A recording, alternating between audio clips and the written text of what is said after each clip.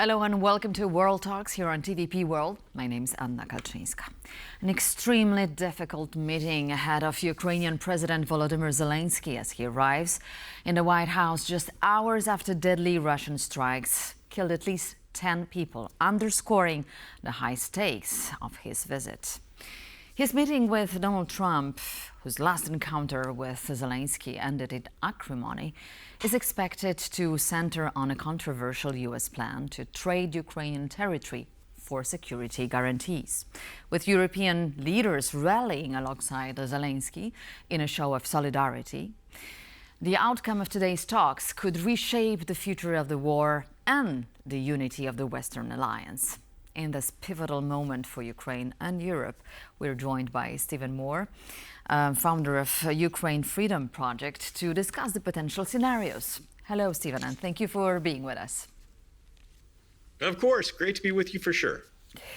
So President Zelensky is expected to hear a plan from President Trump to cede to Russia in exchange for security guarantees some of the territories in the Donbas area. The pressure has been apparently shifted to Zelensky. Now, according to Fox News, Zelensky once again reiterated that giving up any Ukrainian territory is simply impossible. So he can hold his ground, risking Trump's anger. It's a tough choice, isn't it? Yeah, and I tell you, it's not Zelensky saying that; it's the Ukrainian people saying that. I've been talking to folks all day today, folks at the front, and the soldiers at the front that are in Donetsk and have been defending it for years have no interest in giving up any part of Donetsk, and so that is a non-starter with the heavily armed Ukrainian military. There's 800,000 people in this military who don't want to give up territory to Vladimir Putin. Exactly. So Russia keeps saying that Ukraine must accept the situation on the ground. Problem is that the situation on the ground is that Russia doesn't control the territories it wants. Russia claims the Donbas as Russian territory, controlling some 60% of Donetsk after 3.5 years of the war. So why should Russia be rewarded? 10 years in total, obviously. They've been at this for 10 years, and they can't take this land. And so the Ukrainians are scratching their head, figuring out why they should give it up. And and the history of peace agreements with Vladimir Putin is that he breaks them almost instantaneously. Look, President Trump knows this because, I was here on July 3rd when Trump spoke to Putin on the phone, and then he hung up the phone, and Putin sent 500 drones and missiles into my neighborhood in Ukraine. And Melania Trump, the first lady, told the president about this. So she's in there. She's apparently the Ukrainian advocate that's closest place to the president, and she's good to have on the team. So I think any outcome from this is going to be Putin blowing up whatever peace deal that is put in place, because Putin doesn't want peace. He wants to take over Ukraine and the rest of Eastern Europe that used to be part of the Soviet Empire. We're just watching footage from Washington, D.C. as we speak. So the European leaders apparently have come I'm not exactly sure what place are we observing right now, but apparently all the European leaders are in place already. In the meantime, speaking of the plan of Donald Trump, let me quote his last comment on Truth Social. And he said, "I know exactly what I'm doing. I don't need advice of people who have been working on all these conflicts for years and were never able to do a thing to stop them. Despite all of my lightweight and very jealous critics, I'll get it done. I always do. I've settled 6 wars in 6 months, one of them a possible nuclear disaster." So President Trump very confident that he can end this conflict. How confident should we be? Well, look, he does have a point. If Germany and France and the rest of Southern and Western Europe had responded like Poland and Estonia and the rest of the Scandinavian countries and the Dutch to Russia for the last 3.5 years or 10 years, then we wouldn't be having this conversation today. So I think that the story that people need to be thinking about is the failure of Europe. And I'm not talking about Poland. And it's the failure of Europe to stand up to Russian aggression. Listen, I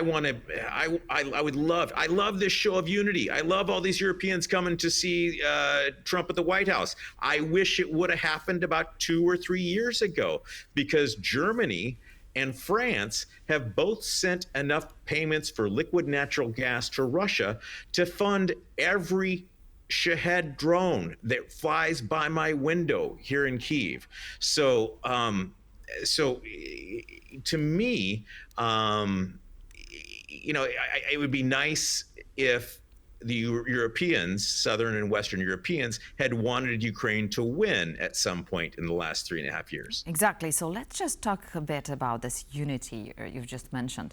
7 European leaders, by the way, I believe this is the Ukraine embassy that we are just watching. 7 European leaders rushed to Washington, joining Zelensky. But who's exactly backing him today? World's strongest military alliance, which stands together, or a divided in its political intentions group of European countries? Like Great Britain has backed off from sending troops to Ukraine. So did Italy's Giorgia Meloni lately, and lately German Foreign Minister Johann Wadephul. So is this a united front or simply a coalition of supporters of Zelensky and advisors in a potential deal to be reached, but none exactly knows what kind of These are people who don't want to look bad. These are people that are there for the photo op, because the way I see it is the Germans are just waiting for things to get back to normal so they can continue to line their pockets with Russian energy money. And France, Macron has talked tough about Putin for years now, and the French have really underperformed. They've only met their NATO goal of 2% of GDP spending this year after 10 years of war in Ukraine.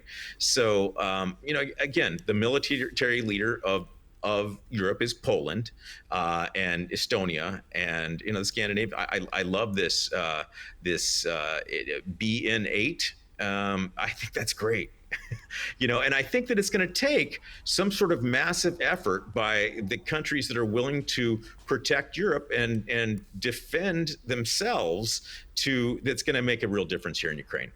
And if the meeting with Donald Trump does not go as intended, do you see billions of dollars transfer to Ukraine from European assets frozen on Russian assets? Is this an option? Well, that would be cool, wouldn't it? Yeah, that's Belgium. And Belgium is a country that has had, $200 billion of frozen Russian assets since the beginning of the war, and has done next to nothing with them. And, here's Ukraine. Ukraine's amazing, right? So they have lost a lot of Western weapons. What do? They built a world-class, world-leading drone industry that has helped them defend themselves, that has kept them in the game today. And they've got lots of capacity in this drone industry. If they had more money, they'd build more drones. But, again, Belgium could solve that problem tomorrow. But again, Europe hasn't figured out they're at war. Nobody thinks they're at war. And so, Ukraine's not their problem or something. All right. And, yeah. And how about coming back to the U.S. strategy, because we're not hearing of any concessions expected from Moscow. Now, do you think that Donald Trump could accept the optic of Zelensky saying that only peace through strength is necessary to end the war, and that President Trump has this strength? Why doesn't he want to use it against Russia? Well, Russia has nuclear weapons, and they rattle them every few weeks, couple of months, and it freaks everyone out. And so that's an understandable thing to be concerned about.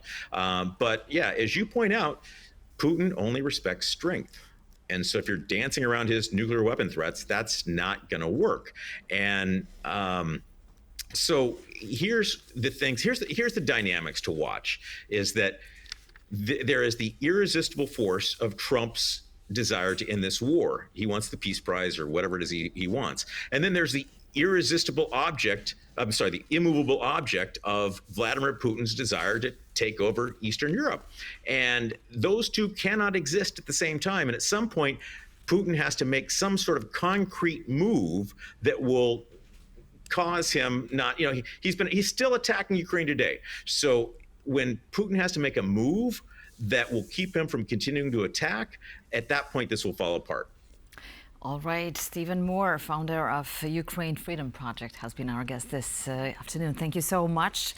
Let me just tell you that the J.D. Vance, Marco Rubio, and Keith Kellogg are going to be accompanying Donald Trump in his meeting with Volodymyr Zelensky today. Thank you so much for your comments and insights, and keeping fingers crossed for this evening meeting in Washington, D.C. See you soon. Thank you so much for watching World Talks on TVP World. Please stay tuned for the latest.